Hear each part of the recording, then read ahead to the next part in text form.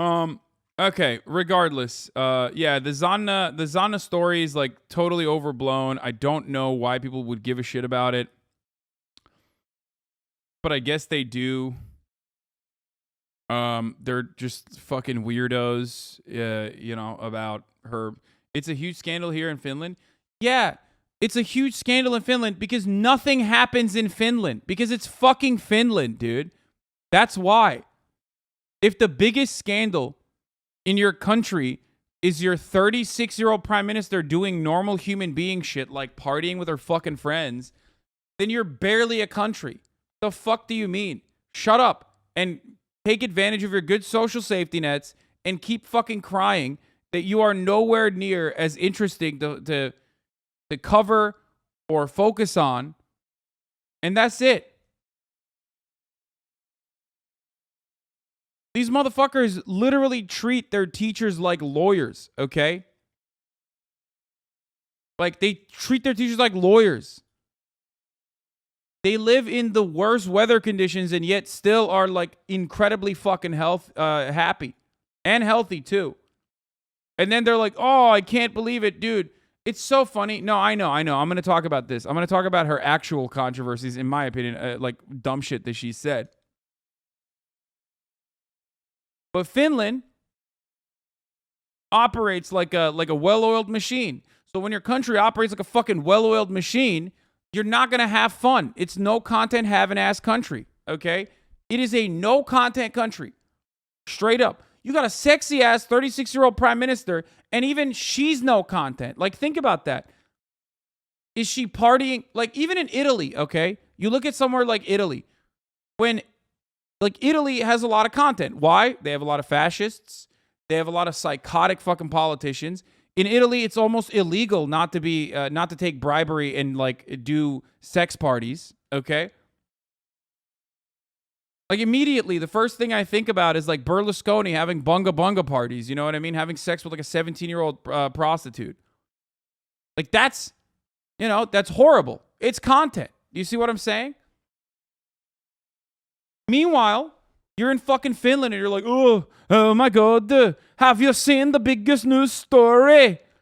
Our 36-year-old Finnish prime minister is having non-alcoholic O'Doul's beverages after everyone else's state-mandated bedtime.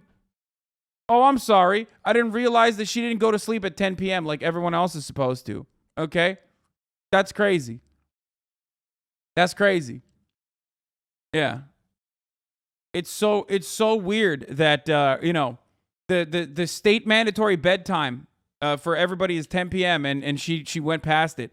So I guess they got to fucking execute her now. Finns aren't Nordic, they aren't even Scandinavian. I know, they're Turks.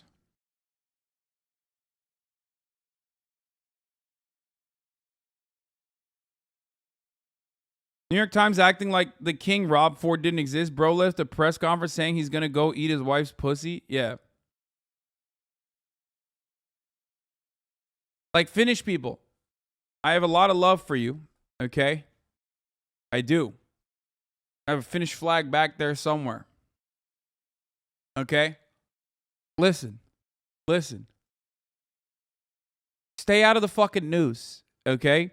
Doing weird shit is our business, okay? We have a fail state. We are experiencing the end of times fail state. Also, you know who else is experiencing end of times fail state shit? The UK. You can't, on the one hand, have adequate social safety nets, okay, and an otherwise happy population on your corner of the fucking world and then be like, we have news too. Please remember us sometimes. Please remember us sometimes. Look, our super sexy prime minister, she's partying. Oh, dude, that's crazy. That's crazy. Like, bitches want to be Cardi so bad, okay? You want to be Cardi. You are not Cardi. You got fucking, you tried to make news happen off of this lady, this 36-year-old super young prime minister, because she wore fucking cat ears, dude.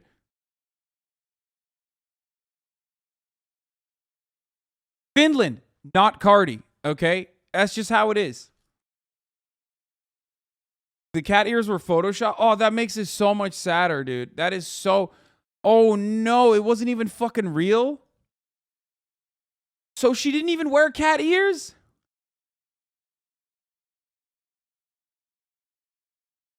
Did you not know the cat ears was fake? No, because I don't follow Finnish news, man. Why the fuck would I? Why would I follow what's going on in Finland? No content.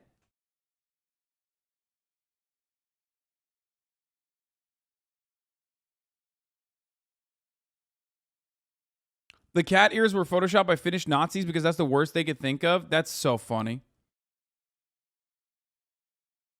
Last December, Sanna Marin, Finland's 36-year-old leader, was spotted clubbing in Helsinki with friends into the early morning hours without her official phone, on which she had received a message warning her that she'd been exposed to the coronavirus. She publicly apologized after facing criticism for failing to immediately quarantine. On Thursday, Ms. Marin was facing more scrutiny in media and political circles after videos leaked to social media showing her dancing energetically, striking poses, and singing with friends at private parties. Why is that? Like, why is this fucking news? Who gives a shit? Who fucking cares, man? What the fuck? She's a human being. I don't understand. Like, are people just jealous? Because I am. At least I admit. She's hot. She's out there. She's 36 years old and she's still partying. I can't go for that long. You know what I mean? I can't be the fucking prime minister and then party at night. I can't do that. She can. I'm jealous of that. I'm jealous that she still has the engine going, okay, at her 36-year-old age. I can't do that. I'm also jealous that she's not partying with me. I'll admit that, okay? I think she's cute. I would love to party with the fucking Finnish prime minister. I think that would be fire. Okay? My DMs are open because I follow you, Sanna Marin. If this reaches your ear, my DMs are open. Okay? I'm just saying, I do follow you. All you need to do is follow back and, you know, we can make it happen. But having said that, okay, guys, I'm not simping. Okay? I'm not like trying to go on a date with her or anything. She's married. I just meant like, you know, party. Okay?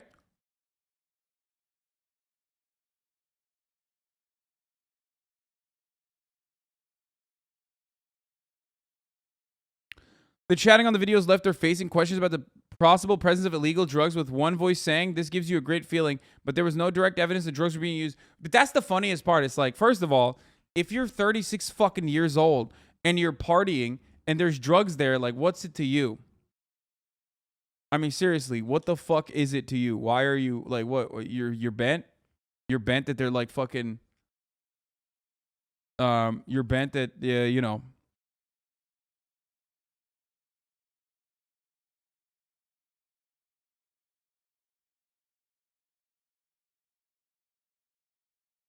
Knut says you'd never live in Norway. Why is he saying that?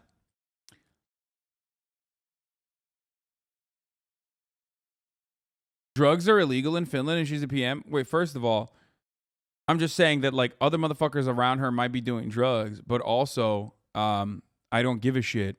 But also, there's no evidence that anyone was doing drugs.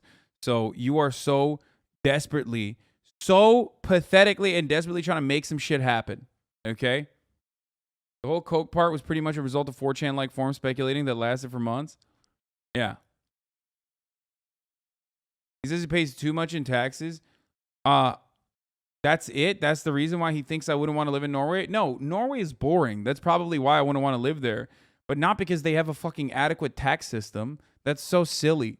I literally advocate unironically and also live it. I live the closest to a fucking Norwegian tax structure here in the United States. I choose to live in California. What the fuck's he talking about? Let's look at the tax burden of a Norwegian person, okay?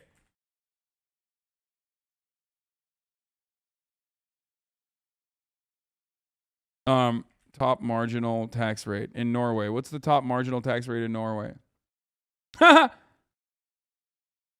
The maximum effective marginal tax rates, okay? What is it? Is this in Norway? The effective marginal tax rate corresponds to the percentage that you must pay in tax to the next Norwegian kroner you may earn.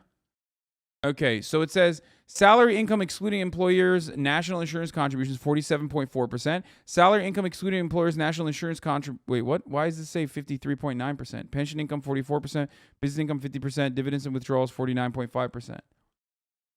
So what is the effective tax rate?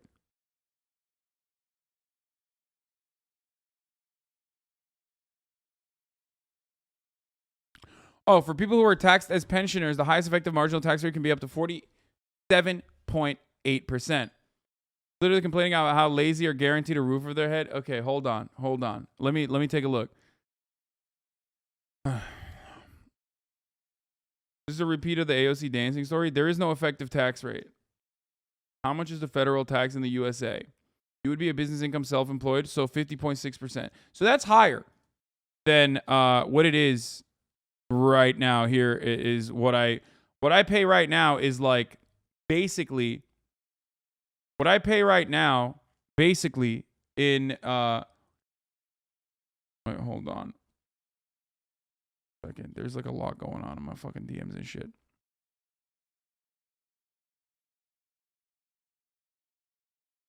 But they have basically zero corporate tax.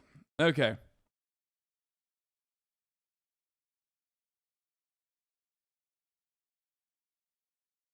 Marginal tax rate, California. So the top marginal tax rate in California is 13.3%. Okay. 14%. Because there's a one, I think it's going to be increasing to 14%. Okay. The federal top marginal tax rate is top marginal.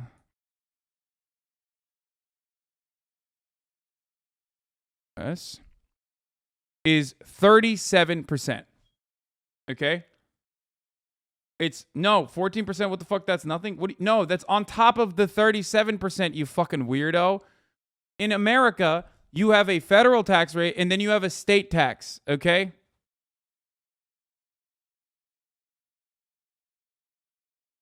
In the United States of America, you have a federal tax rate, which is at 37% because they lowered it. Okay. And then on top of that, you have a state tax rate, which is 14%. You understand? Okay. That's 50. That would be what? 30, 40, 7, 4. That's 51%. That's 51%. That's the, like, where I live and what I pay is 51% in taxes. Okay? That is my that is what I pay in my tax bracket. That's the top marginal. That is the top marginal tax rate. Okay? Now, for that 51%, what the fuck do I get back? Absolutely nothing. Because a lot of that goes directly, and that doesn't mean like all of my income is divided in half and then half of that goes to the government. That's just the top marginal tax rate. But regardless, all of that goes to military and fucking domestic military, which is the police force. Most of it goes there, okay? Some of it goes to social spending, but a lot of it goes to that, okay?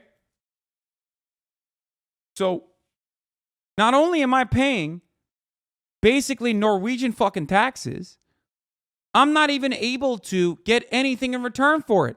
And obviously, I'm not going to fucking get anything in return for it personally because I'm paying for everything out of pocket regardless, right? Because I'm affluent enough to be able to get away with it. However, I want that money to go back to social programs.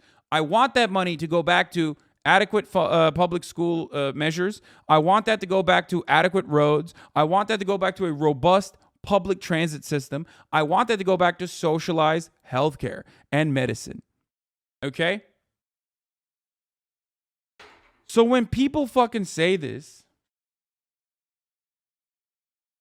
so when people fucking complain about taxes in America or compare it to like Norway or some shit, you're paying a high percentage in Norway, certainly, but at least you're getting something in return. In America, you're getting nothing in return. You're getting this in return. It's like a fuck you.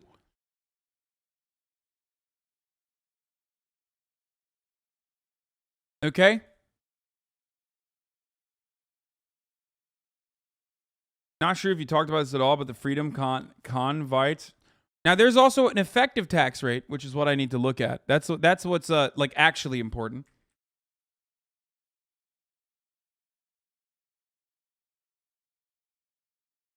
If you have no, if you have no capital, I guess. Okay.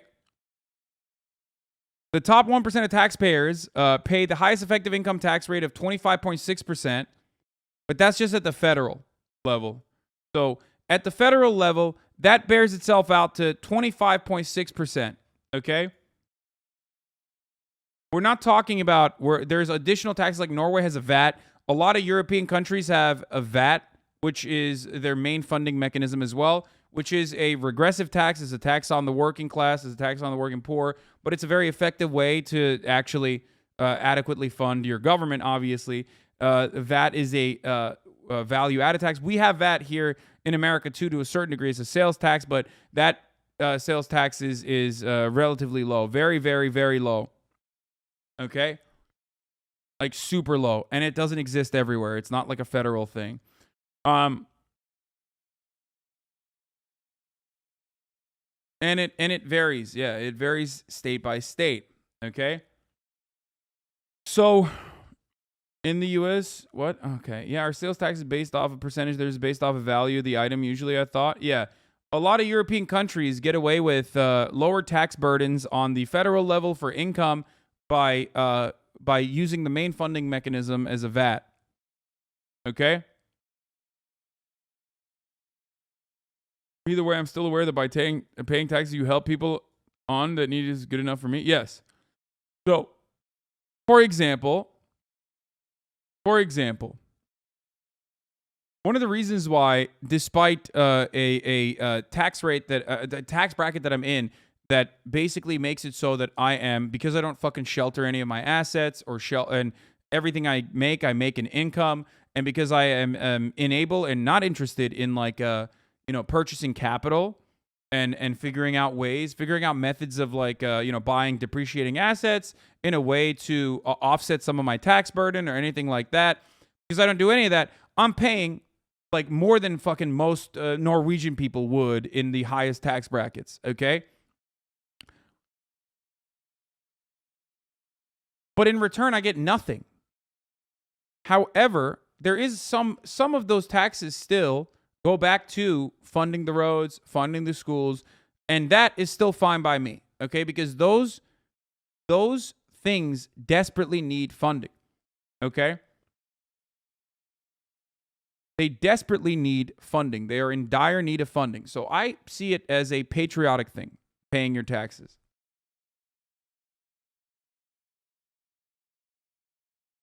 Tax money to the military is the most important thing. Your take is awful. Yeah, dude, I love that. Building our military is the most important thing. Making our military bigger is the most important thing. What are you on? Yeah, dude, you're right. You're so right. It's so important. Thank God, Raytheon and all these other defense contractors are fucking directly funding their multi-billion-dollar industry of melting fucking children in Yemen with our tax dollars. It's the sickest, most important thing. You're so right. Fuck teachers. Fuck fire departments. Fuck our roads. Fuck all of that. Fuck commerce.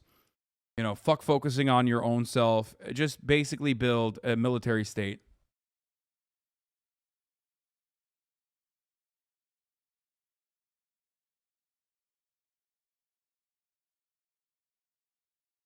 I'm saying that, like, despite the fucking, paying Norwegian taxes and having not a lot of that go directly into funding the most important parts that I would love, like an adequate social safety net, I still understand that the percentage that goes to the social safety net is still important, okay? The effective tax rate for average salary in Norway is about 30%, not 47.4. That's the maximum tax bracket. Yeah.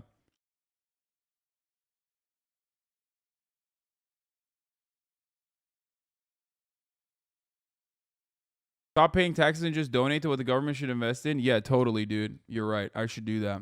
That's the smart thing to do.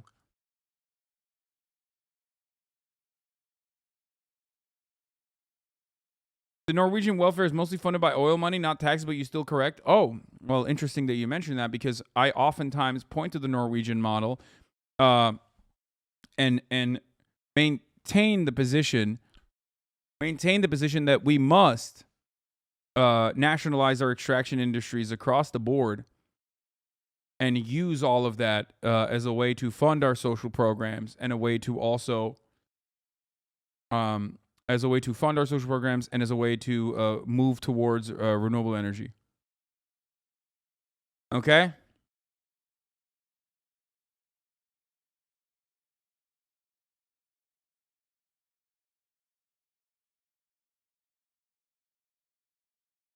Anyway, parents show up to a school shooting to get their kids and come armed.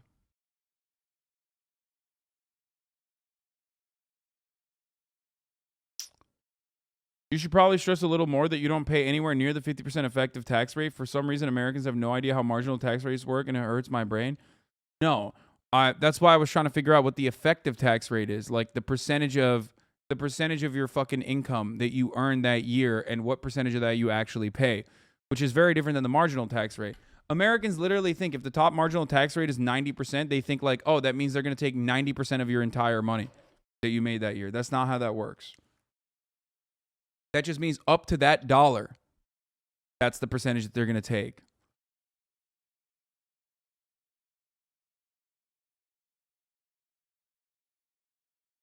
Teacher talk about Andrew Tate's influence on their students. I thought this was fake, but I've been seeing a lot more people post it, but we'll cover it in a second. The thread's been locked now. Gen X breaking the cycle is hilarious and not true. Yeah.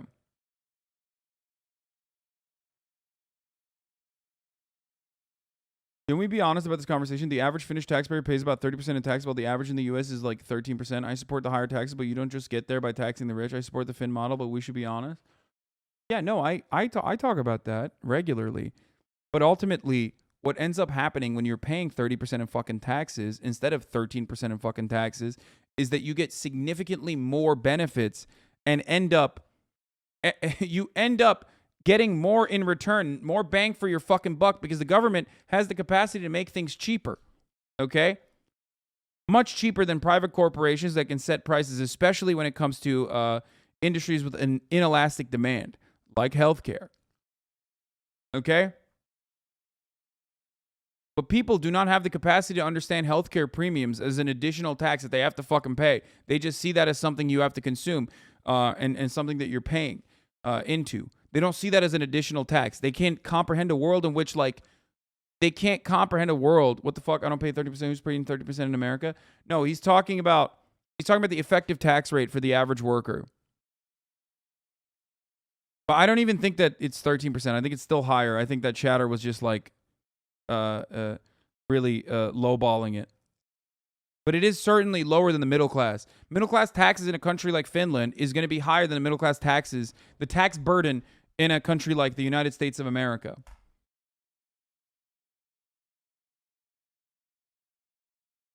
They make all healthcare nonprofits. Man, nonprofits fucking suck too. Anyway, we'll talk about Andrew Tate in a second. This is a funny Jabuki tweet, but where the fuck were we? Let's get back to Finland. Okay, let's get back to Finland. Ultimately, though, remember, you get what you pay for, but in America, you don't get what you fucking pay for. In America, you pay taxes.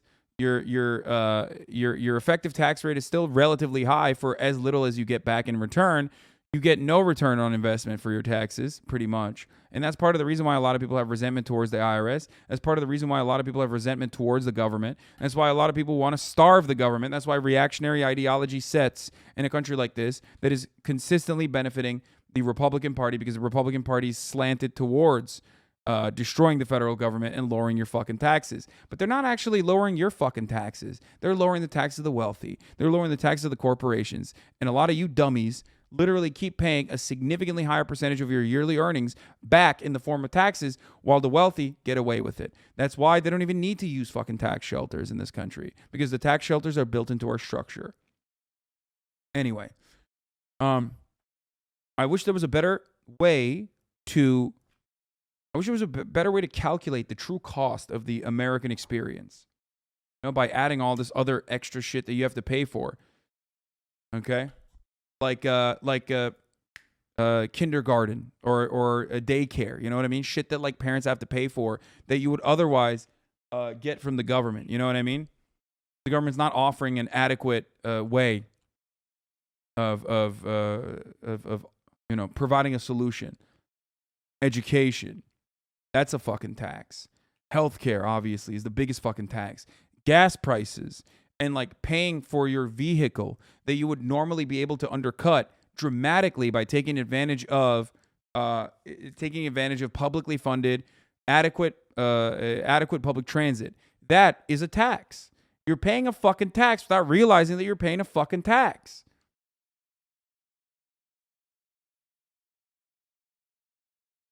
That's what people do not understand. That's what people refuse to fucking comprehend. Okay? Anyway, while in an ambulance, a 23-year-old man called his mom, explained what had happened to him, and said he was feeling okay, a lawsuit says. Hours later, he was found dead at a Yale hospital. The man had ingested white powder that he suspected had been laced with fentanyl, the suit states. He was walking, talking, alert, after care from firefighters, but was taken to the hospital to prevent toxicity recurrence. In a hospital security video footage, the man appears to fall asleep, and multiple emergency personnel walk by him but don't check in on him. A nurse then checks in on the man for the first time in 7 hours. At this point, the suit states he has no pulse, his skin is blue-gray color, and his pupils are fixed and dilated. My last conversation with Billy, he said everything was going to be okay and he would see me tomorrow, but tomorrow has never come for us, his mother said.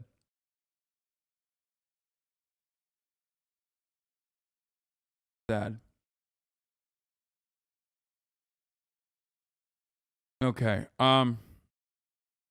But going back to Finland, if you want to actually fucking create controversy, I think this was a fucking horrible take. Finnish Prime Minister Marin Sanna says, it's not right that at the same time as Russia is waging an aggressive, brutal war of aggression in Europe, Russians can live a normal life, travel in Europe, be tourists. It's not right. And she's advocating to like fucking take away visas from like regular Russian citizens, which I think is fucking ridiculous. You know what my takes are on this. I think that's a horrible idea. It's a ridiculous idea. I don't agree with it. And I think it's really fucking dumb.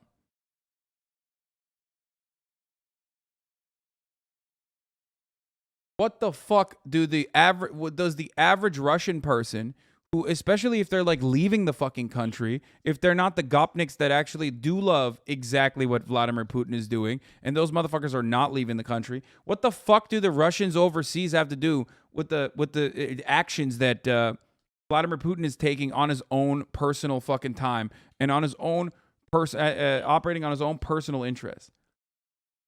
You said tourists, not residents. Regardless.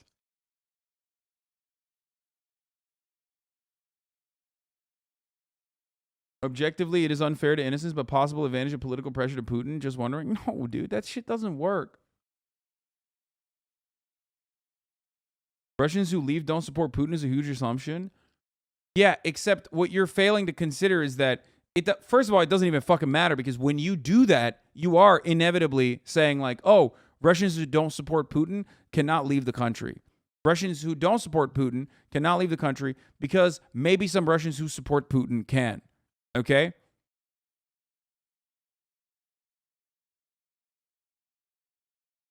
It's so weird, but I guess it's like everyone's whipping boy. If you want to remain populist, the adequate people you can attack are like obviously Russia, and it's not enough that you're shitting on Russia because, you know, everyone's shit on Russia for understandable reasons, the Russian government that is, but then you have to shit on the Russian citizens too, which have fucking literally no say over what happens in Russia regardless.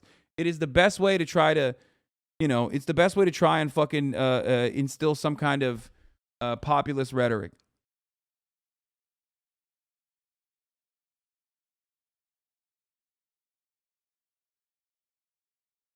Are the same logic American can never leave their own country because of all their war crimes? I mean, yeah, literally.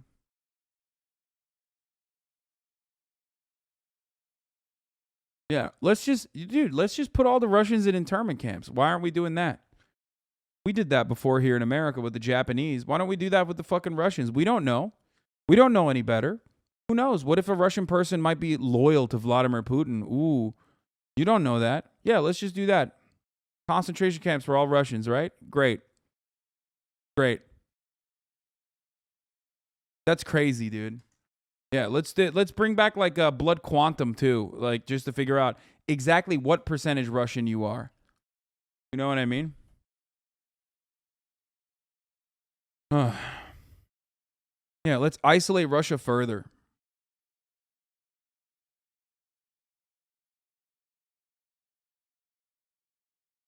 I can already see your stream on Russian state news. Because a lot of Russian tourists start shit in Europe. Wait, what? Don't try to fucking justify this racist bullshit, dude. It's because a lot of Russian tourists start shit in Europe and think it's okay to make jokes about the horrors in Ukraine. Man, shut the fuck up.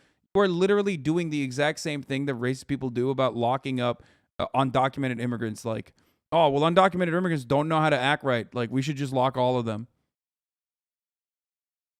Yeah, because taking away a tourist visa is a crime against humanity. No, it is a starting point for unironic crimes against humanity. The same energy of justifying dude, what's going on? Do you guys just like fail to comprehend that this is no different than the Muslim ban? You're basically saying we're just going to do a Russian ban. Is it okay when you're doing a Russian ban? Is it because they deserve it? Like, what's going on? Random fucking Russian people deserve it? Do you not know a single Russian person? Do you not know one Russian person that you've talked to that is like, this fucking sucks? Now, I had Nadia on. A lot of leftists say she worked with the State Department, which she did, by the way. She's anti-Russia. She literally went to fucking jail multiple times for protesting Vladimir Putin. What's going on? Is it all right? She should just be purged from this country, right? EU racism is different. Yeah, it's awesome. It's great. But then again, this is a largely predominantly American audience. Of course they want to fucking of course that's the first thing that they're going to do. They're going to hit the fucking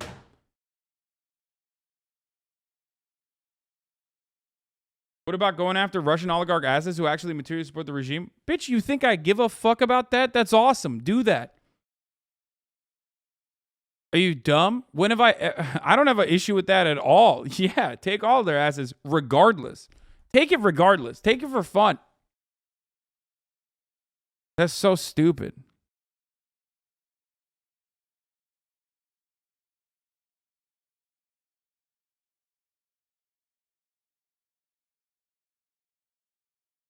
Libs love to say how much they hate Trump and how racist the Muslim ban was, and then want to do that to Russians. Yeah, literally. You forget that libs are the same people that supported the Iraq War. Anyway, that's a bad. I think that's a bad take.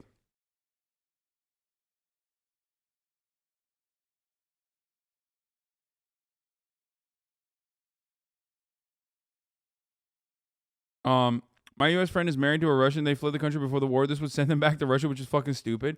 Nah, dude. Nah, sorry. Tell your friend's husband or wife that they need to suck it up and go the fuck back to Russia. Isn't it xenophobia, not racism? They're white. Okay, xenophobia, whatever. It's bigotry, okay?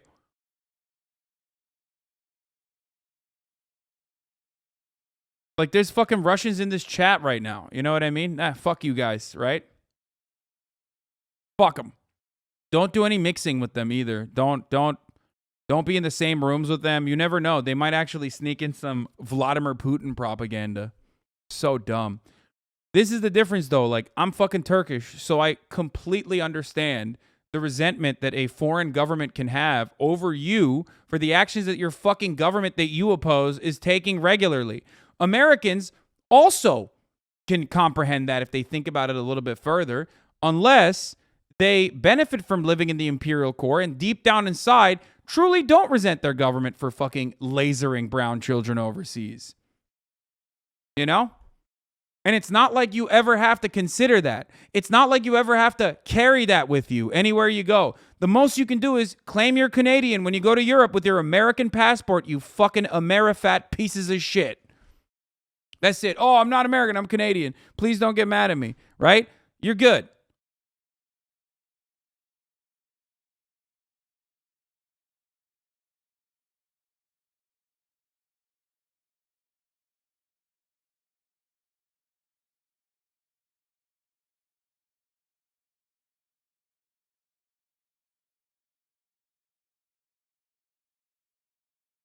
Never ask a European what their opinion is on the Roma people. They like to think they're above USA style racism and xenophobia, but in many ways they're worse. I mean, yeah, that too. But anyway.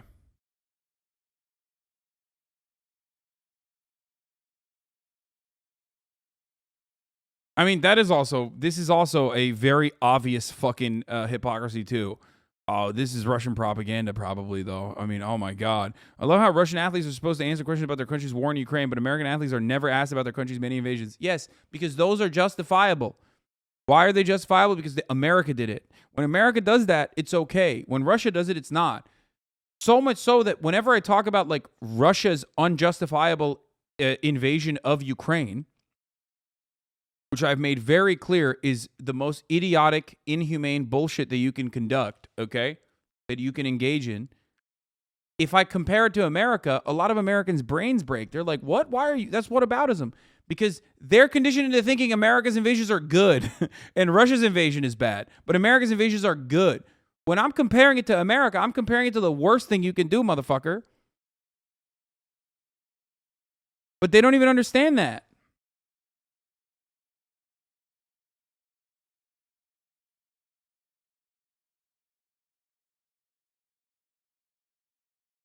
Anyway.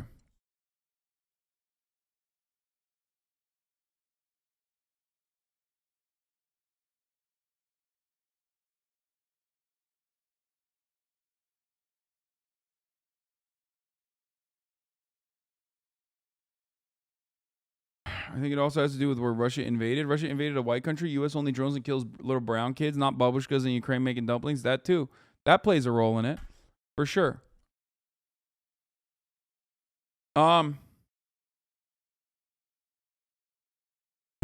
If that's true, then why isn't Russia bringing democracy? Yeah, it's really fucked up.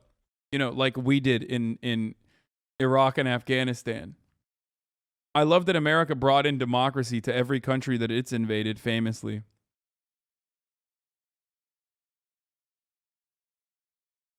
America literally absorbed the upper echelon of Nazi commanders and scientists. I mean, yeah, that's whatever. That's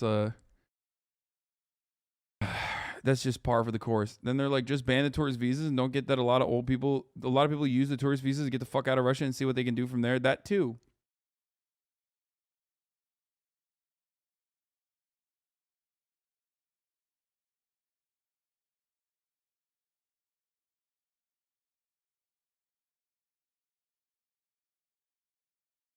You find lots of Russians don't even like Russia? Yeah, because you're talking to Russians that are not in Russia. The Russians that are usually able to leave Russia, just like the Turkish people that are able to leave Turkey, are not going to be too fond of their government. You know?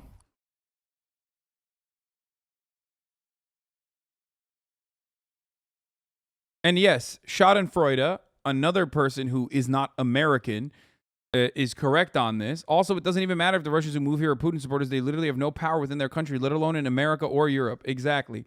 That's besides the point, though, because right now you're not going to win a lot of favors in a fucking crowd like this when you even mention that like the pro-Putin people are also completely removed from any semblance of power because they hear pro-Putin and they fucking lose their minds. Anyway. Okay, the only Russian who I know unironically listens to Jordan Peterson. I think that's a good enough reason to jail all Russians. That's real. Most Cubans hate the Cuban government energy. Well, it's a little bit more complicated than that, isn't it? It's a little bit more complicated than that. I hate the Turkish government. I still prefer the Turkish government to a American puppet government. I still would prefer, when stuck between a rock and a hard place, I would prefer Erdogan to maintain his regime rather than have Fethullah Gulen in a position of power. And even all of the anti-Erdogan Turks in the chat that are in Turkey right now, or even all the anti-Erdogan Turks in general worldwide, would probably say the same thing. Do you understand? It is a little bit more nuanced than black and white. But it is, of course, impossible to comprehend if you never have to think about these things. Because you don't have to think about these things because you're in America. America has never been under attack in a similar capacity. America has never had to think about what it would be like for a larger superpower to meddle in its affairs. in a way that can actually change the dynamic within your country. America is not at constant threat of like a color revolution backed by another country's, clandestine operations. America is not a threat that like other countries are going to collectively decide to shut America out from the global marketplace. So there you go. You will never be able to understand this. You will never be able to comprehend it. So all I'm asking you is to take a breather and try to comprehend what it's like, what it could be like when you're like, okay, maybe things are a little bit different in other countries than the United States of America. Or in Western nations in general. Of course, I have a predominantly English-speaking audience, so it is really difficult because either you're from Australia, England, or the United States of America, or in some instances like Germany and shit, and Canada. So you're not going to see this. You are super far removed from that kind of threat. You're super far removed from America doing America shit to you. It's never going to happen. It's completely outside of the bounds of reason for you. Yeah, New Zealand as well. Sorry. All right.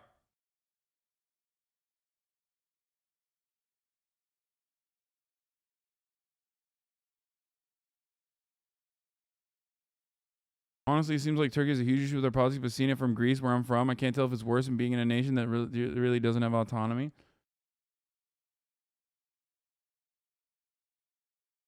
Yeah. Okay. So that's why I said what I said about Zanna claiming that it's good to fucking take passports away from like Russian tourists or whatever and like shut Russians out from the rest of the world. Caroline, we are looking for links to videos of men masturbating in women's toilets. Can someone help us via DM? Trans-identified men. That's awesome. I love when Turf Brain takes you to unimaginable places. Places that just make you come across like the creepy psycho you are. I don't know if she thought, normally I'd be charitable and say maybe she thought she was Google searching. You know what I mean? She's a boomer. But I do know, because she's a TERF, she wasn't actually fucking Google searching. She literally thinks the question that she asked is not weird. Because the enemy is evil. The enemy are trans people. In her mind, she believes no amount of cruelty or no amount of weird shit that she engages in is actually going to be all that bad because it's ultimately for a morally just cause. Okay? That's why she's behaving this way without even thinking about it. That's why she can get it. She had no shame. Baba? Fuck. My dad's phone is ringing. Okay, here. What is this? Here, let's play my latest videos or something, like way back in the fucking day. And that's how I met you. I didn't know your ex, but I think she like watched my Young Turks videos or something, like way back in the fucking day. And that's how I met you. Yeah. But that was like super. Well, she has a type. What? Oh, well, no, not like that. Did you fuck my ex-girlfriend? I didn't know your ex, but I think she she like watched my Young Turks videos or something. That's funny. Answer the question? No. Well, if you want to see the answer to that question, you got to subscribe to the Patreon because it's behind a paywall.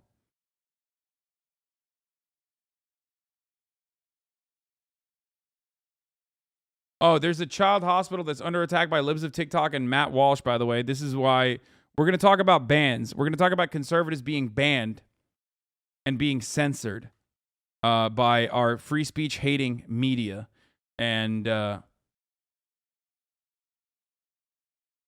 our free speech hating media that has destroyed all semblance of freedom here. You can't even fucking send death threats to a child's hospital without the main person who's sending those death threats getting into trouble. Okay? You can't do it. Folks, it's over, It's over. We got the hog watch here, mullet thing. It's done. It's over. Let's take a look. Speaking of turf brain, Chaya Raichik, oops, I doxed her, of libs of fucking TikTok. Chaya Raichik of libs of TikTok lost her Facebook account. Why did she lose her Facebook account? Because Boston Children's Hospital patients and providers have found themselves the targets of violent threats following a campaign of disinformation on Twitter, driven in large part by Chaya Raichik, who operates the social media account Libs of TikTok. After news broke of the threats against the hospital, Raichik and other anti-LGBTQ provocateurs doubled down on their harassment while expanding their campaign to include other hospitals providing gender-affirming care. These motherfuckers need to go to jail, okay? They need to go under the jail. What a fucking ridiculous situation that we're in, where they're like, it's not enough that the federal government is doing, or not the federal government, but at least like state governments are doing everything they can to fucking kill trans people and make sure that they can't transition, make sure that they're driven to the point of suicide, okay? But we have to take matters into our own hands. We have to engage in doxing efforts. We have to engage in like these fucking psychotic campaigns.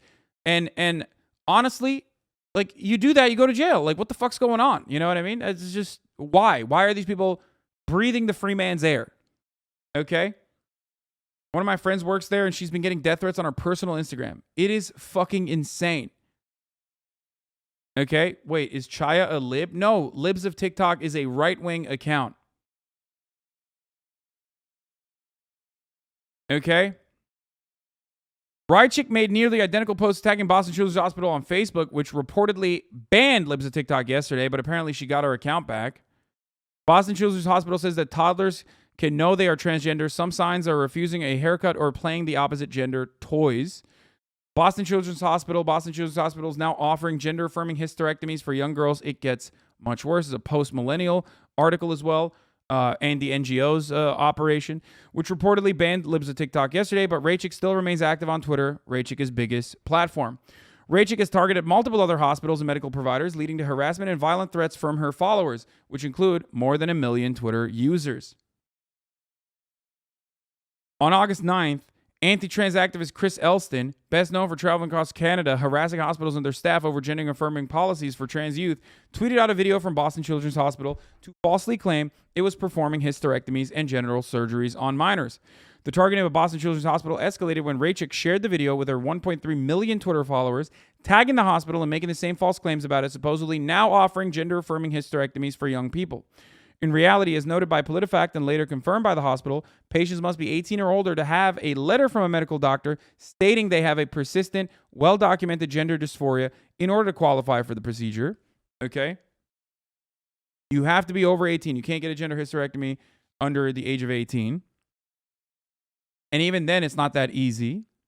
This is Alex Jones shit. Yes, it's even worse than Alex Jones shit, because Alex Jones was not even directly saying, go after these fucking people. I mean, he kind of was. But this is like directly targeting the hospital and its staff.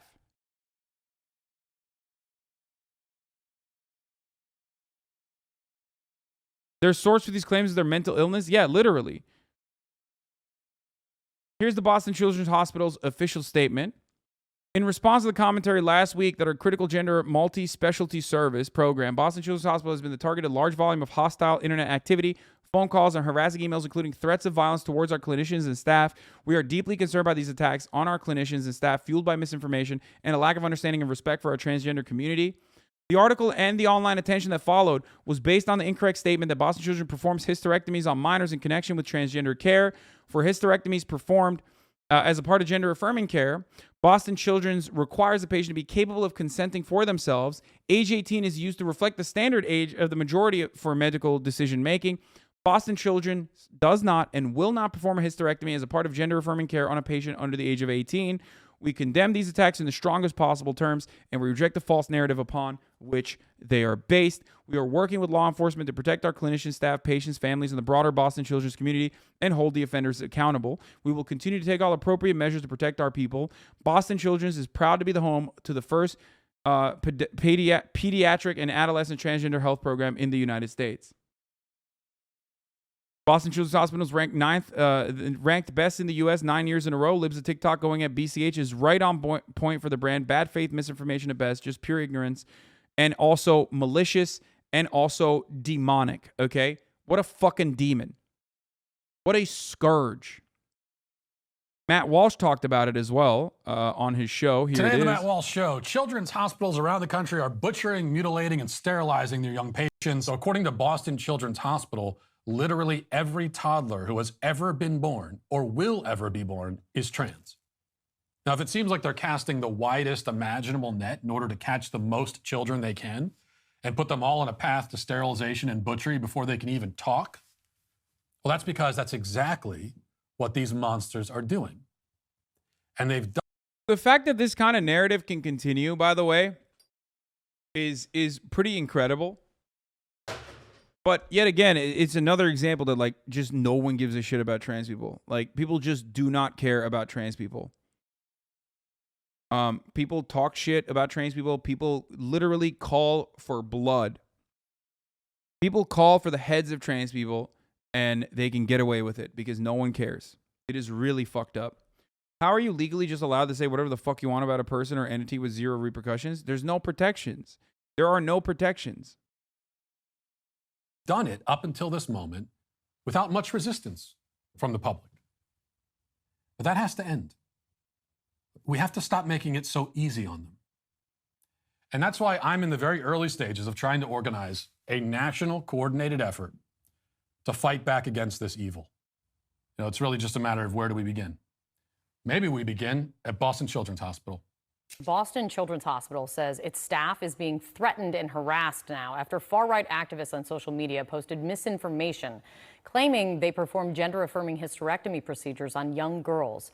The hospital says it's not true. They do not perform those procedures for anyone under the age of 18. Boston Children's Hospital says it is proud, though, to be home to the first pediatric and adolescent transgender. The scary reality here is that if enough people are transphobic, you can just get away with this. If enough people are fucking white supremacists, you can get away with this. If enough people are anti-Semitic, you can say this and literally institute pogroms. It is the exact same bullshit, okay? That is the unfortunate, scary reality, okay? If there were adequate measures in place, there should be some, like this person would be in jail. Like he would literally be in jail. That is insane.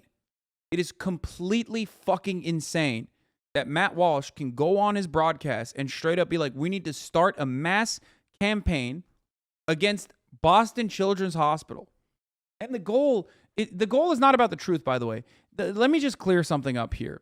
When you turn around and talk to a person like this or talk to one of their fucking followers and you say, well, technically they're not doing hysterectomies under the age of 18. You're actually wrong. Don't misunderstand. They probably know. They do not care. You have to recognize that, like, they are lying specifically so they can get more people on board with their cause. You're not going to be able to change their minds, and you're not going to be able to change the minds of a lot of people because ultimately, the conversation was never about trans women competing in sports. The conversation was never about trans women going and using the correct bathroom. The conversation always was about trans people existing, okay?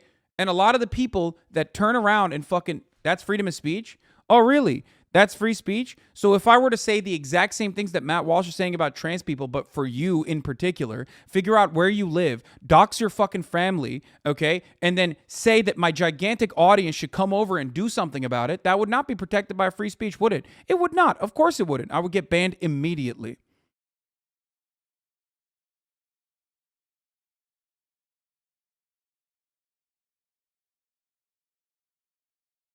So shut the fuck up.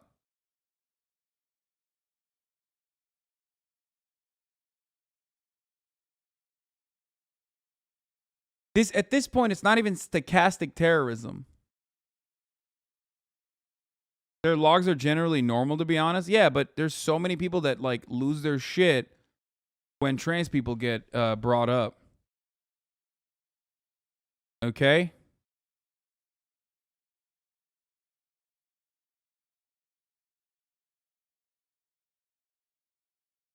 That's it. That's why. No amount of harm can be no amount of disproportionate oppression that trans people face, okay, is going to cause them to finally turn their attitude around. They're just not going to because they're just afraid.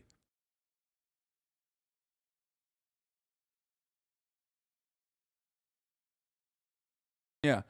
Stephen Miller is elevating it. Stephen Miller is promoting it. This is monstrous. How does anyone involved in this still have a medical license? I wonder how. Because what you're saying is just a lie. It's an outright lie. Health program in the United States. The hospital, though, now is working with law enforcement to try to better protect its staff. Here it is. Matt Walsh, knowing that the Boston Children's Hospital staff are getting violent threats, continues to push inflammatory anti-trans, anti-Children's Hospital mocking tweets to his audience. Yes, this is stochastic terrorism. It's not. It's just direct terrorism at this point. At a certain point, you gotta realize that, like, this isn't stochastic. He is doing a call to action. When you're doing a call to action, I don't know how much of a, like, I don't know what more you can say. I mean, he's not directly saying, like, bomb this hospital and kill the doctors, but he's pretty much saying that. He's saying it without saying it.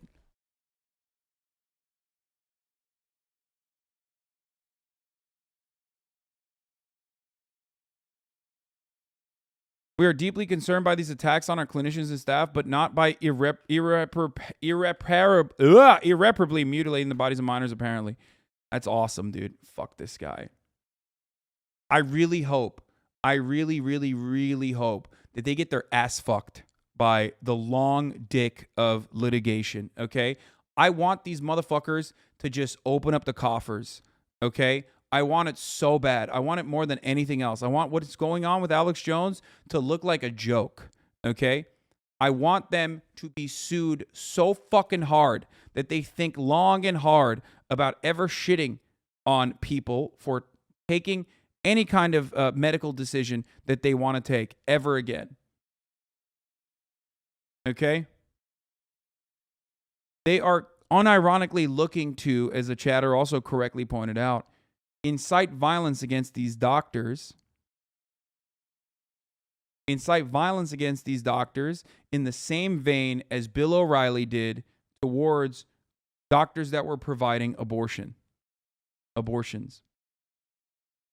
But instead, these motherfuckers are able to just do whatever they want. They can be on YouTube, they can be on Facebook, they can be on Twitter and continue the blood libel. They can do all of this shit.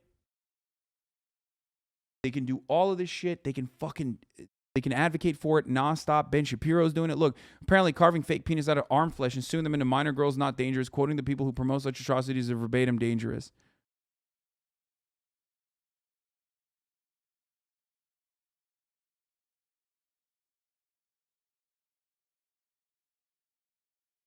Remember, abortion is a one-to-one comparison to this.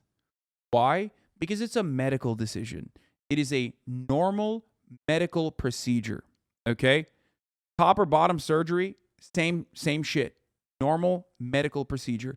Any medical procedure that you don't like personally, you could bastardize and make to make it seemingly incredibly violent. Because surgeries are just like, if you describe surgeries in real terms, it's going to come across like it's a really fucking violent thing, like open heart surgery. Do you understand? You could describe open heart surgery in the exact same way. You could describe tonsil surgery in the exact same fucking way. Do you understand? And they do this with abortion, and they're doing it with surgeries that trans men and women get. Now, the difference, of course, is that they're also lying and saying children are getting these surgeries when they can't.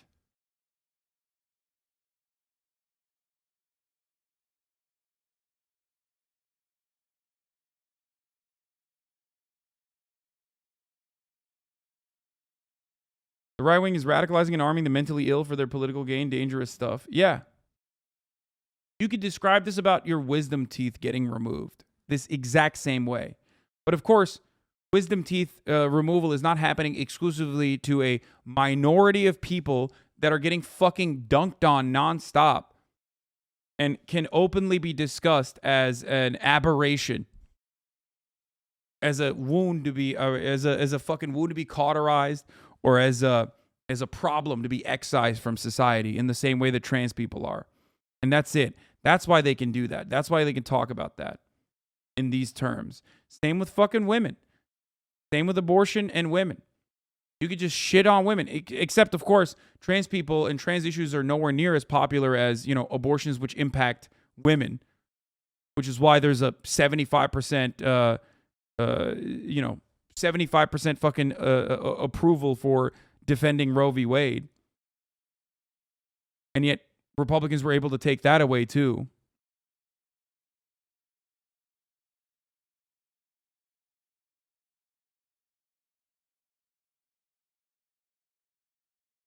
So fucked up.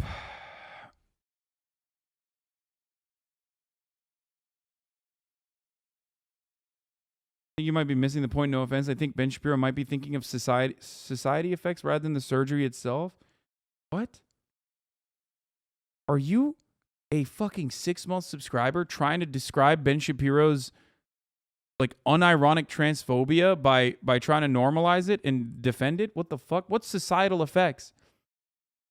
What if an 18-year-old, after consulting a fucking doctor over the course of a year and demonstrates they have gender dysphoria, is able to get a fucking surgery, all of a sudden you're gonna fucking lob your dick off? Is that what you think? Is that how it's gonna work? You fucking monster. What are you, out of your mind? No, I don't know much about it. I was just thinking about it. If you don't know much about it, why do you fucking immediately side with the most reactionary person that you know is a fucking demon? Think about that. Societal effects. A trans person is existing has no societal effect on you, you fucking idiot. Armenian genocide? What? Bro, that's my favorite, dude. I swear to God. Conservatives that come in here and literally don't even think. They just go Armenian genocide. Like, he didn't even say, I deny it, or what my opinions are on it. He just wrote Armenian genocide. Because, like, in that moment, he was so horny to come up with something. He was like, ah! I've never denied the Armenian genocide. Never. Which is pretty funny. Because so many people just like, so many people on the right like routinely just lie about that. I don't know why. Well, I guess I do know why. Because, you know, you have nothing. So you have to like make something up.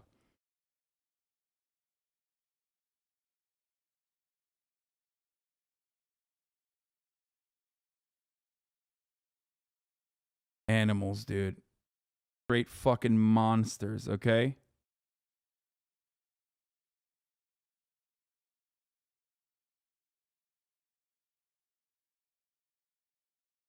Yeah. In the face of these lies. Today,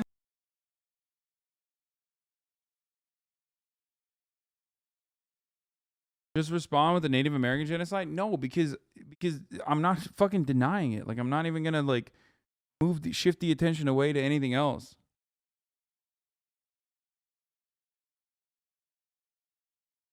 Libs of TikTok, Matt Walsh and other far-right influencers decided to make Yale New Haven Hospital and Pittsburgh Children's Hospital their next targets. Oh, they're moving on to other hospitals, too. There's very little chance these demons can be reformed or convinced. They must fear prison time or they'll never change. In fact, they'll get worse. There's no bottom. Why would they go to prison? I hope you go to prison.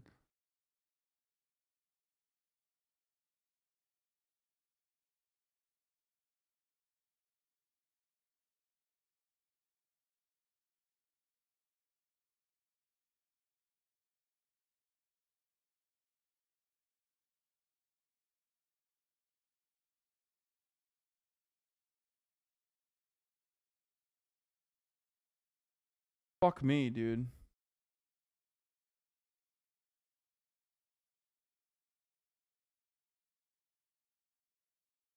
The terrorists at Media Matters are inciting violence against me. Please, everyone, report them.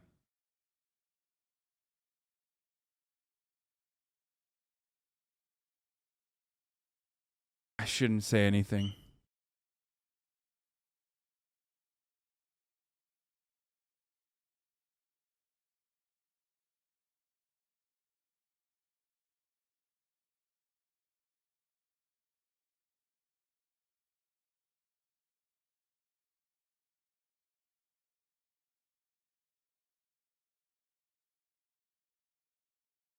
I just said, inshallah, one day you will get better.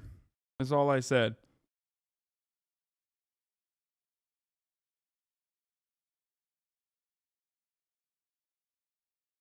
I didn't say anything bad.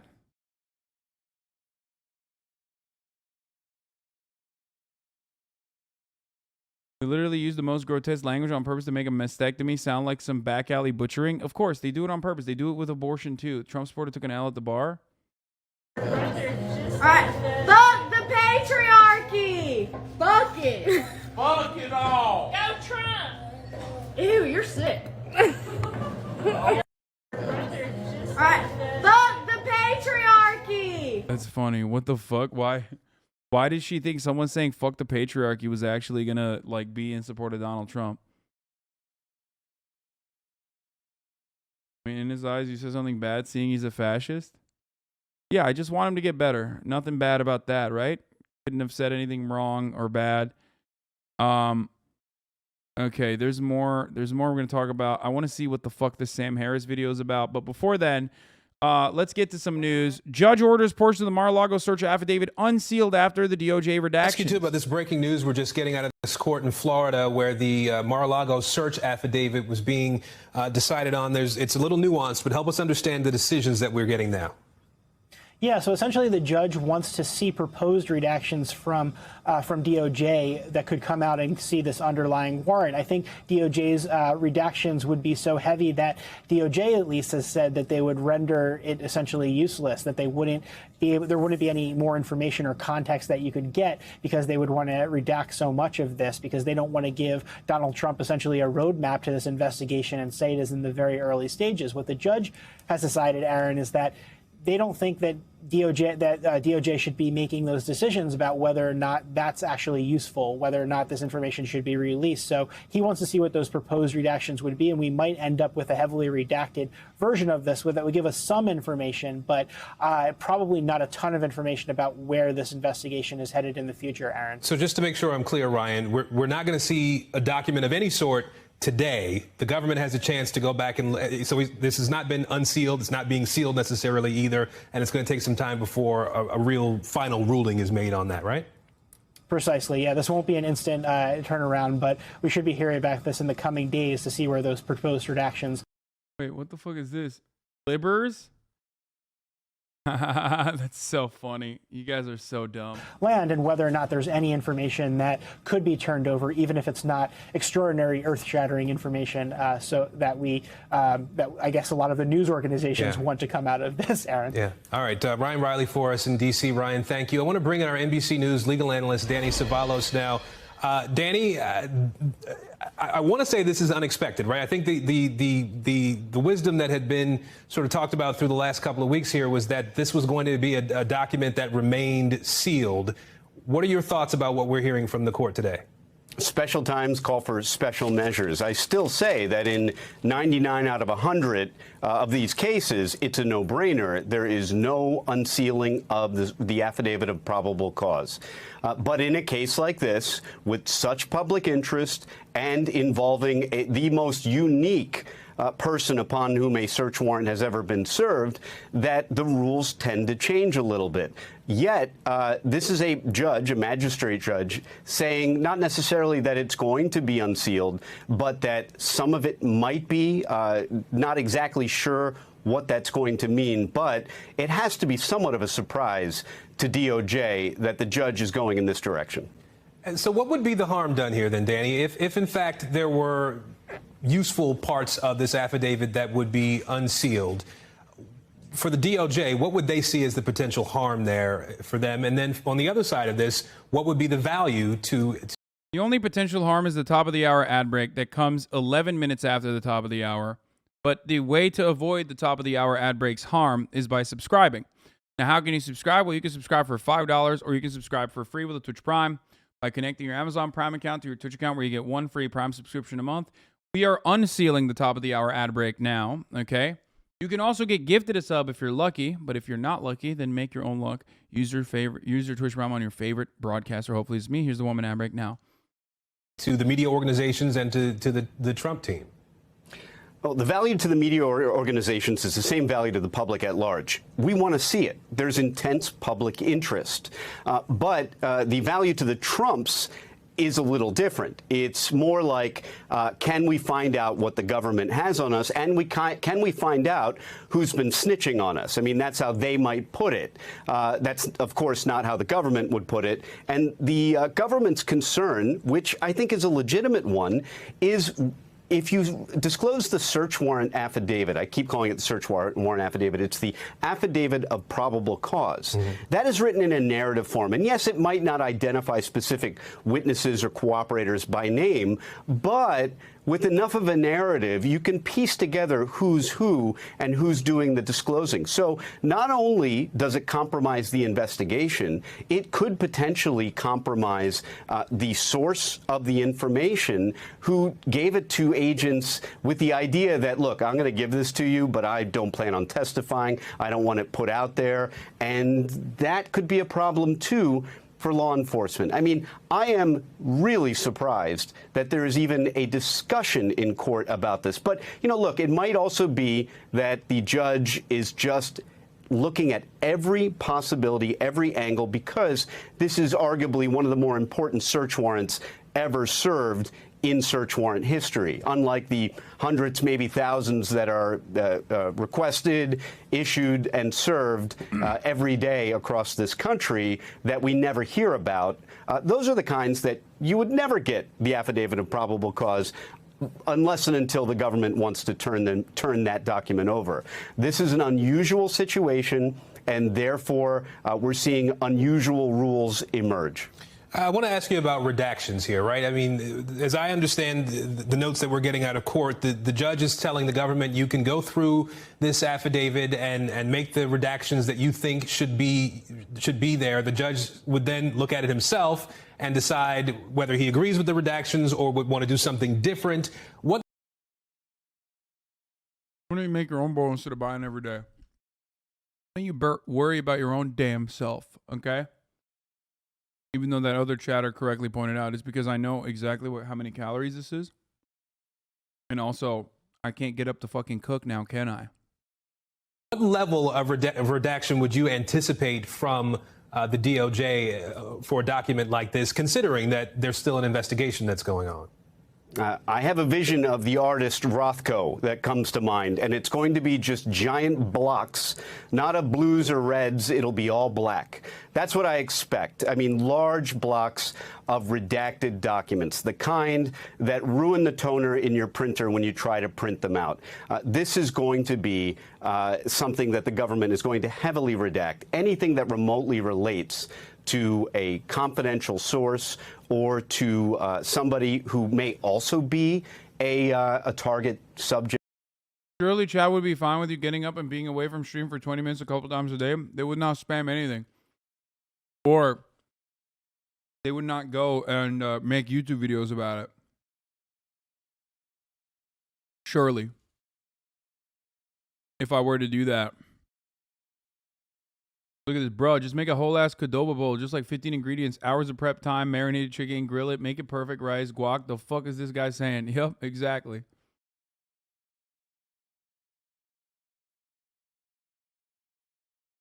Something like that is going to be redacted. That's my expectation. And I have to believe the government lawyers are going back to their offices saying, I can't believe that this is even something we have to do now. I would expect that they're very surprised that this is even in play. But look, the government's very good at redacting. They do it fairly often. We've seen that during the Mueller investigation, during some of the other investigations over the last few years.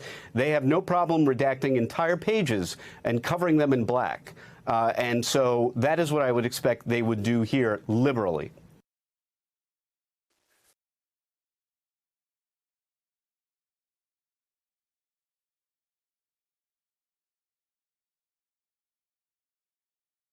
Anyway.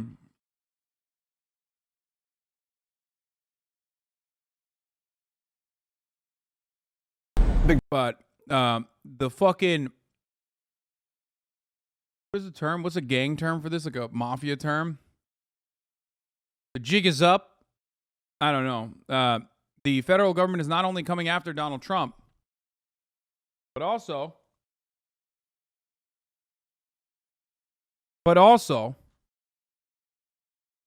the gabagoo is on the counter. Okay? They're also coming after Donald Trump's organization for tax fraud over the course of many years. Up to $2 million of fraud, as a matter of fact.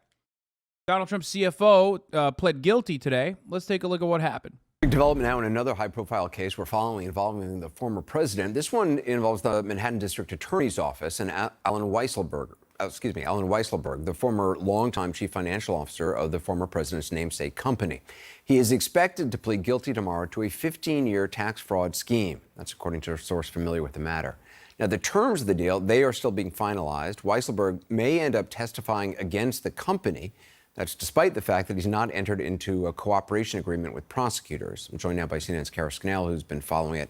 What exactly is he pleading guilty to, and what does that mean that he's not entering into a cooperating agreement? Right. So Alan Weisselberg was indicted last year along with the Trump Organization, and it was in a 15-count indictment going back 15 years that he was involved in this off-the-books compensation scheme, basically not paying taxes on some corporate benefits he got, like a company apartment, car leases, and so the Trump Organization would pay his car lease, would pay school tuition for his grandkids or things like that? Exactly. And then he wasn't paying income tax on that. So he's going to admit to all of this tomorrow, according to sources.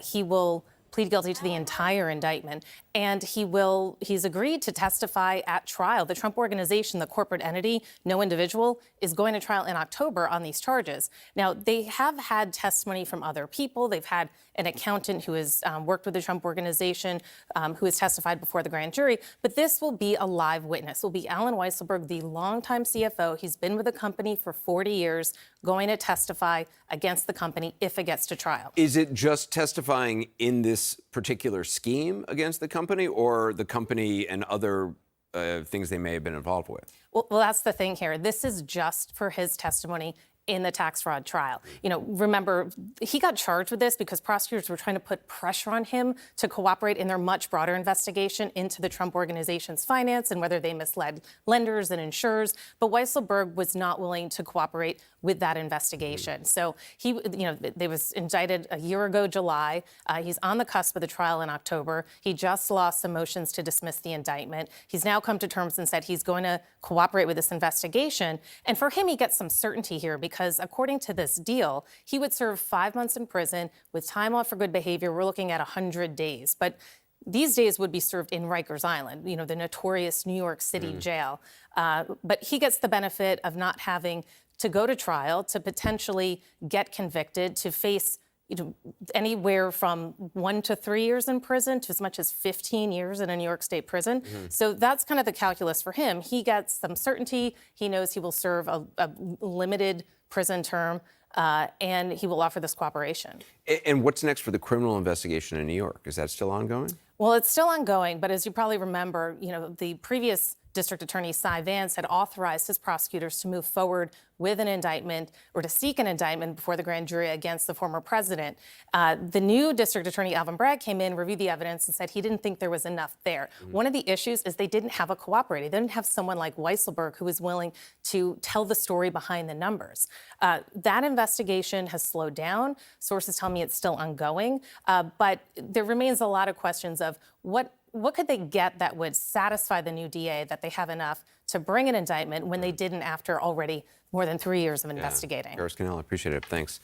Joining me now to talk about it, former Deputy Assistant Attorney General and CNN legal analyst Elliot Williams. Why would they do a plea agreement with this guy if he wasn't going to cooperate in any criminal trial? Now, believe it or not, Anderson, going to trial is really just a matter of resources and costs and benefits that prosecutors have to think through. And does it make more sense to go to trial and run the risk of losing and spend the resources of your time, your energy, your prosecutors, or guarantee that you get a conviction and someone going to jail? It sounds sort of odd to the But it sounds like prosecutors kind of blinked. They decided, well, we'd rather get the conviction than nothing, and lose, and maybe lose, because so much of what would have been on trial here is subjective. Now, some of it, there would be financial statements and records and so on. But this is what Kara was talking about a little bit earlier. When we're talking about compensation or tuition being paid. Plea bargains are the backbone of the American court system for the reasons that he just adequately explained. what is it, like 90% or something? Yeah, remember when I interviewed Trump's other lawyer, Michael Cohen?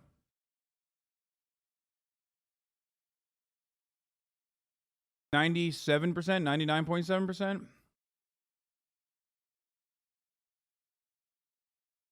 That's how it works. Paid, there's a question of, well, maybe this might have actually been part of his compensation package, and a jury could have been tricked by that, or at least been confused enough by it to not get a conviction. Rudy Giuliani testified before a grand jury in Georgia. The fact that he is a target, has been informed he's a target of this investigation. How does that influence his testimony? So here's the thing. So many people think they can just... Wait, you guys don't remember? I did. I interviewed Michael Cohen. Yeah, or rather, funnier than that, Michael Cohen interviewed me on his podcast from his house arrest. He has a house arrest podcast, and he interviewed me on his house arrest podcast. Talk their way out of testimony, and maybe, and we know, we've seen Rudy Giuliani publicly, maybe he thought he might have been able to save him.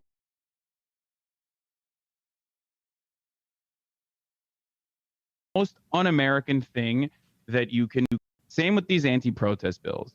It completely goes against the First Amendment. It is the most un-American thing that you can push for, and it's going to be very damaging. A lot of Republicans were doing this before Donald Trump and pulled these anti-protest bills that where you can drive into protesters with your car, and that would make it legal to do things like that. After the terrorist attack in Charlottesville, after the Unite the Right rally. Same with these anti-protest bills. It completely goes against the First Amendment.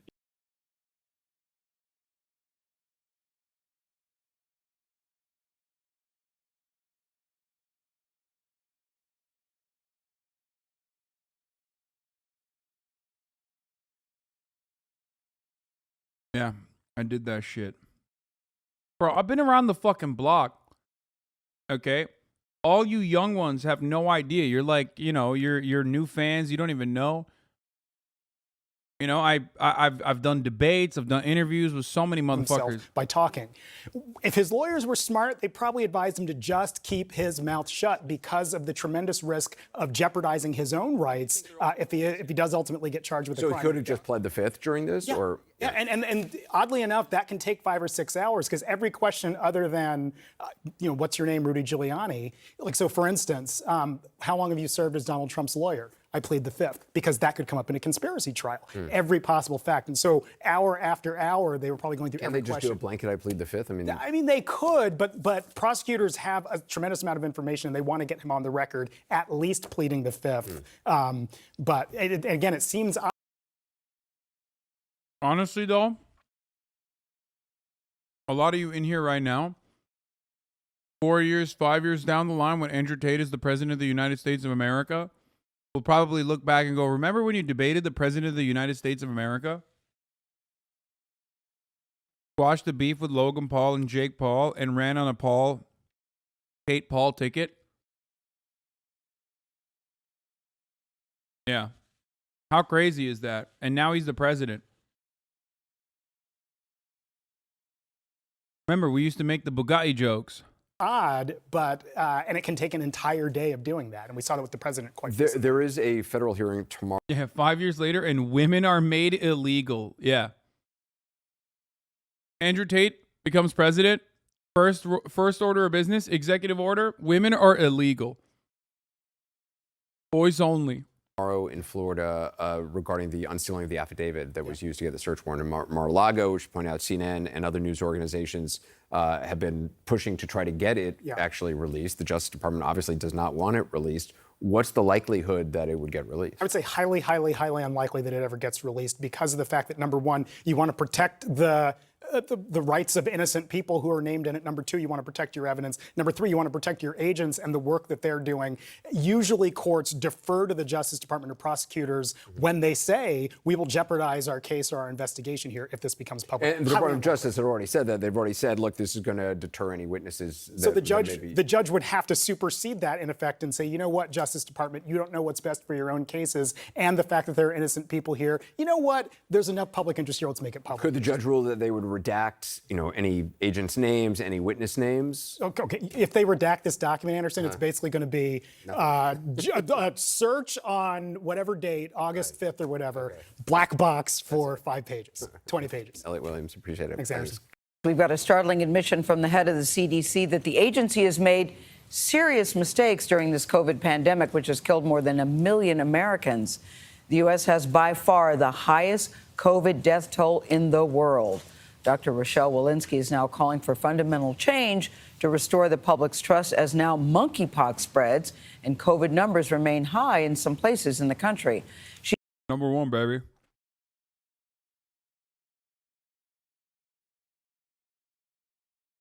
$13,000 cases, baby. Number one for monkeypox. She spoke to our Dr. John LaPook in an exclusive TV interview last night. Was the agency up to the task of handling this pandemic? I think our public health infrastructure in the country was not up to the task of handling this pandemic. Dr. Rochelle Walensky is vowing to revamp the CDC after its response to COVID-19. We made some pretty public mistakes, and we need to own them. This admission came It's going to be real funny when her admission is that we didn't open up the country sooner. Like, they're like, yeah, we should have just never done anything. after the CDC received the findings of an external review she ordered of the agency.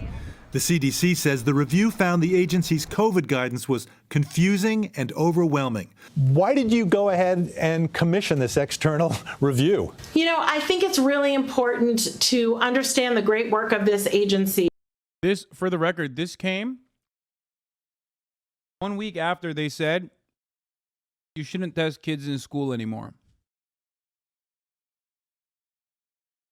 So understand where the agency is moving towards with respect to COVID guidelines. This external investigation's findings came 1 week after the CDC basically said, yeah, if you're a kid and you have COVID, like, fuck it, YOLO.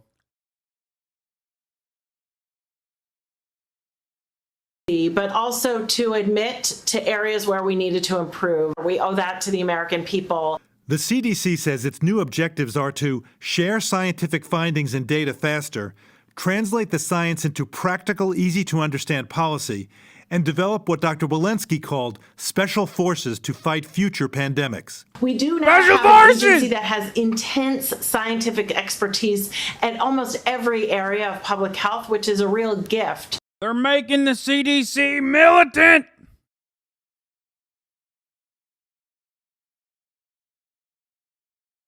They're going to come in and vaccinate my dick to make sure it's a gay dick. I knew it. I knew it. And what we really need to do is raise those folks outside of their silos. Do you think they're up to the task of now changing their whole culture and thinking of themselves more like special forces that can be deployed wherever they're needed? I have no doubt that they're up to the task. Many say it can't come soon enough as monkeypox cases spike in the U.S. Last week, the FDA authorized a plan to stretch out the nation's limited supply of monkeypox vaccines by offering a way of administering shots at 1/5 the dose while eliciting a similar immune response. Do you think the criticism that the CDC has been moving too slowly in dealing with the monkeypox outbreak, those criticisms are valid?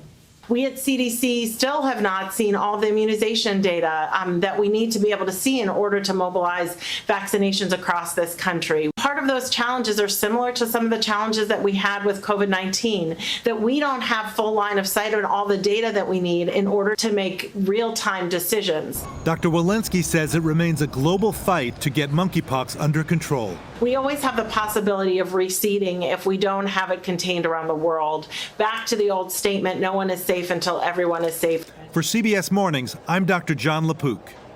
Landmark lawsuit.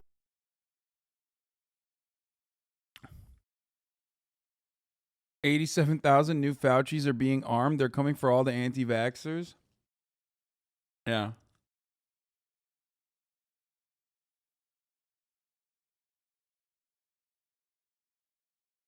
I still kind of don't understand what they mean by this. Like, what direction are they going with?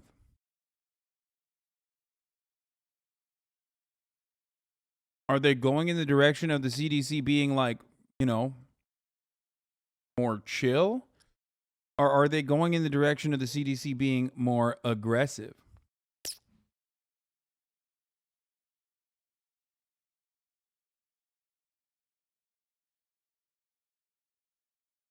You know?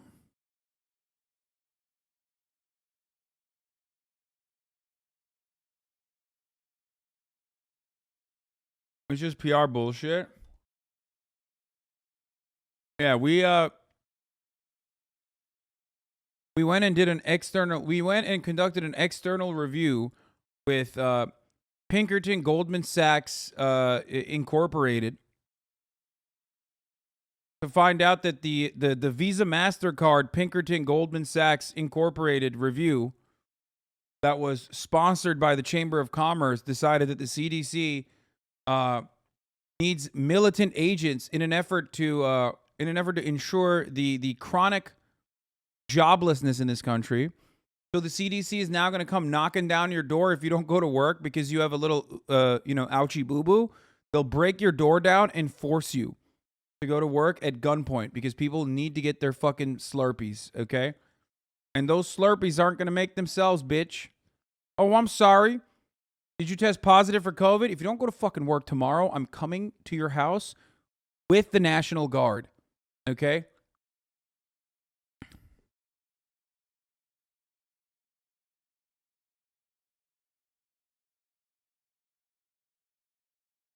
Biden admin is also going to stop buying COVID-19 vaccines, treatments, and tests as early as this fall. Fuck yeah, baby, because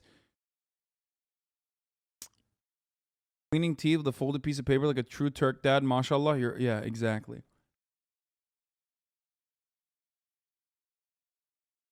They're trying to turn us into autistic, gay, blue-haired liberals by forcing vaccines in our asses. Oh, yeah.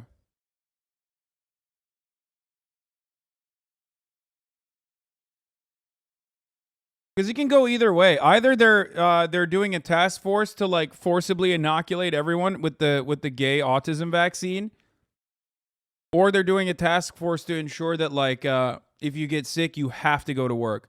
Actually, it's better if you go to work when you're sick, and if you don't go to work, you go to jail. You know what I mean? Anyway, let's watch at least some good news. Before we get to Alex Jones and his top choice as Ron DeSantis, there's some good news. Judge rules pharmacies must pay $650 million to Ohio counties for opioid against 3 major pharmacy chains. A federal judge awarding $650 million in damages to 2 Ohio counties, saying their policies on distributing opioids cause severe harm. Victor Akindo is outside one of those pharmacies with more. Good morning, Victor. Good morning, Robin. Those pharmacies, CVS, Walmart, and Walgreens, and a federal judge in this landmark lawsuit claiming that the way that those companies distributed opioids to customers caused severe harm to their communities. The money, $650 million, will be used to help fight the continuing opioid crisis and the families destroyed by this in Lake and Trumbull counties outside of Cleveland. During the trial, an attorney for those counties said that the crisis has overwhelmed courts, social services agencies, and law enforcement in Ohio's blue-collar corner. This drug crisis has killed an estimated 500,000 Americans since 1999, and Robin, all 3 companies said that they plan on appealing. It is indeed a crisis all over the country. All right, Victor, thank you.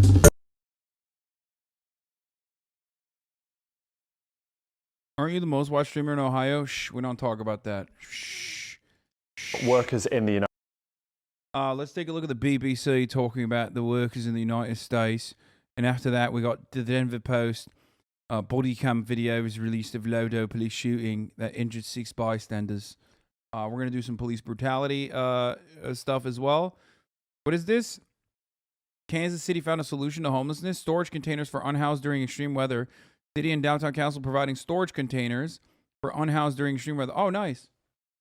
Yeah, put them in fucking storage containers and then literally just lock it and throw away the key probably.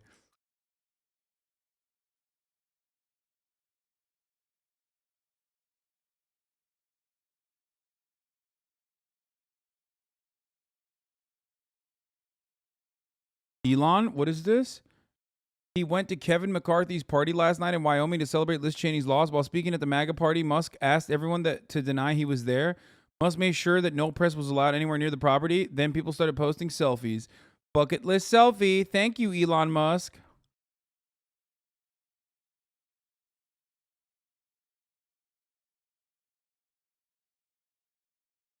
I love that. This seems normal in the UK. What? Why we would all benefit from the feeling of the odd hunger pang, despite it being nothing new. The word fasting seems to strike fear into people. Here's why you shouldn't be afraid of it. It's time to rethink how much water we drink. We're constantly reminded to stay hydrated, especially in a heat wave, but drinking large amounts might not be as healthy as people like to think. What the fuck is happening?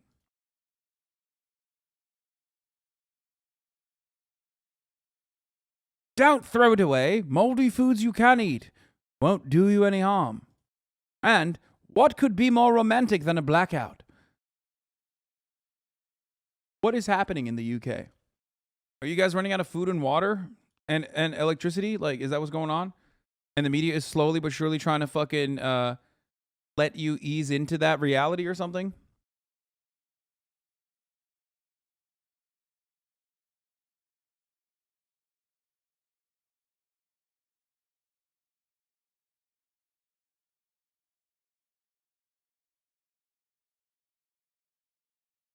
Okay.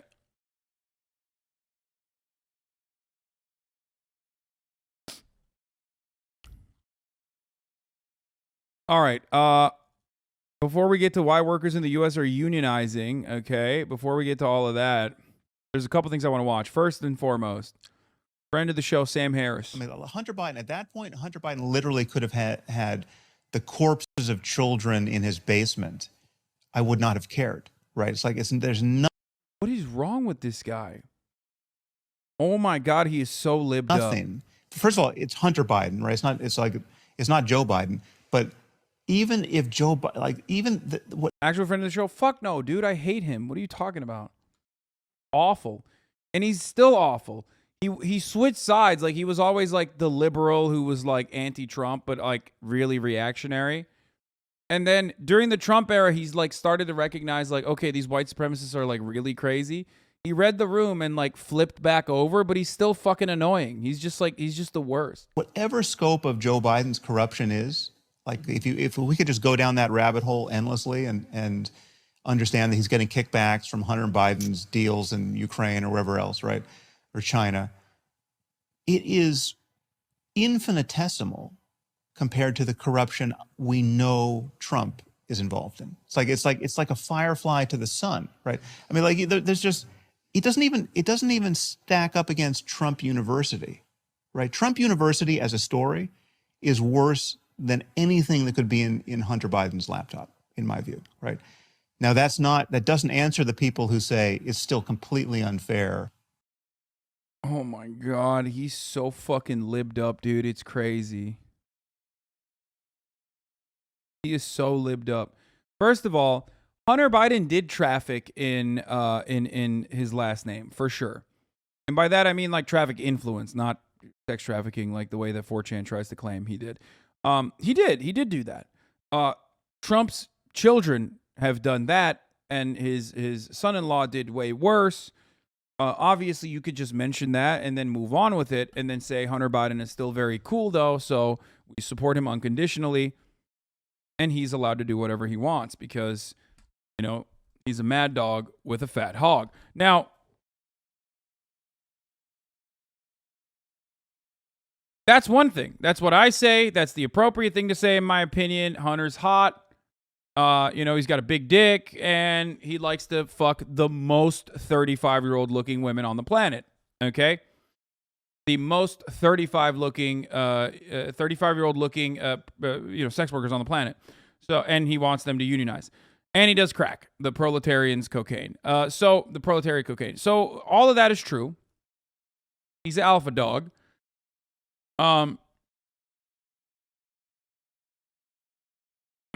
Yes, he is chronically down bad for 35-year-old looking women. Not a day older, not a day younger. Just right on the dot. And so there's that. I wouldn't go as far as to be like, if Hunter Biden had fucking, dead bodies in his basement, no one would care. Like, that's insane. No, if he did actually murder people, look, no, people should care. That's fucking psychotic. People in the chat are actually starting to believe that Hunter Biden is cool meme. What meme?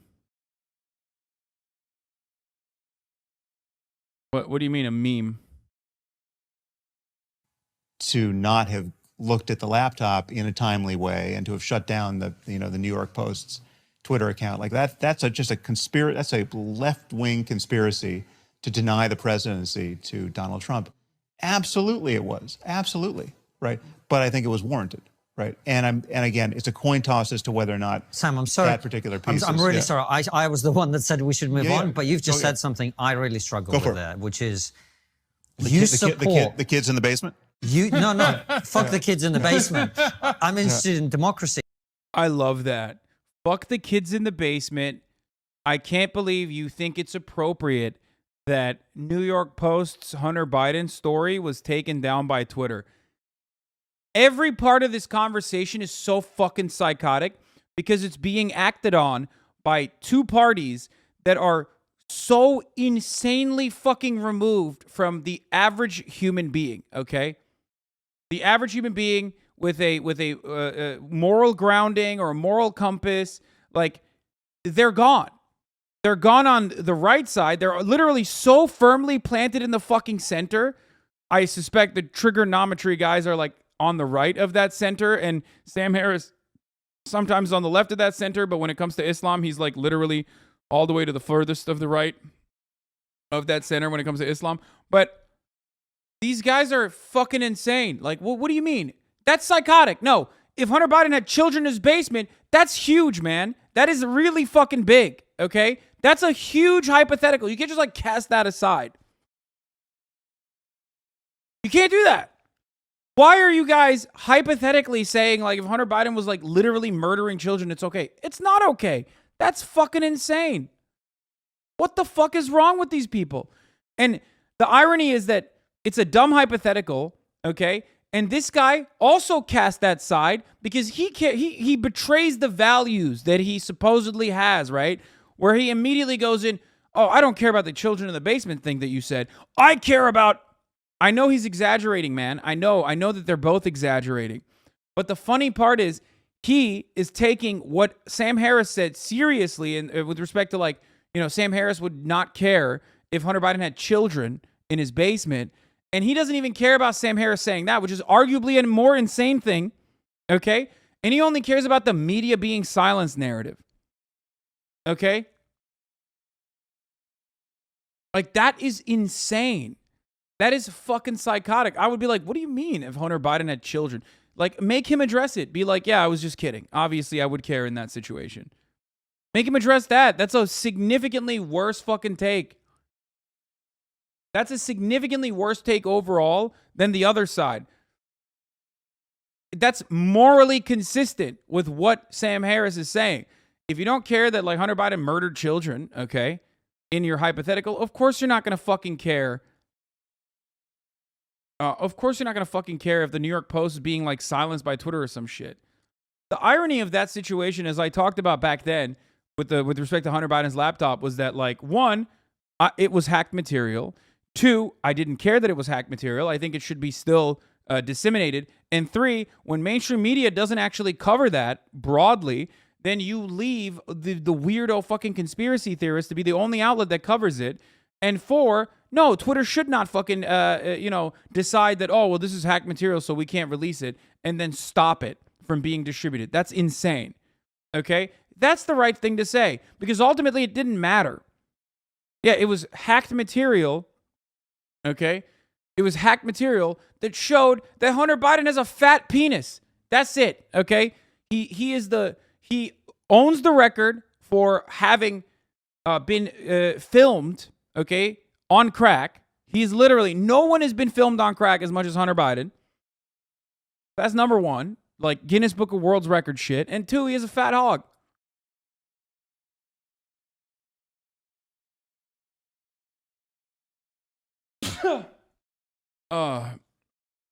So revenge porn is cool. Yes, that's what I'm saying.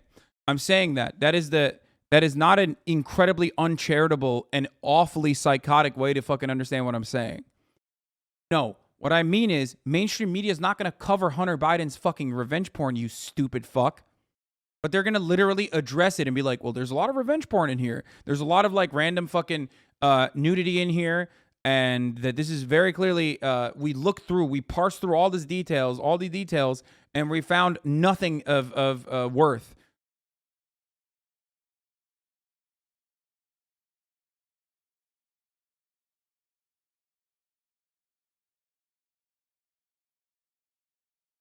Why are Twitch chatters, especially 9-month subscribers, like some of the most brain-broken fucks in this chat, in this community?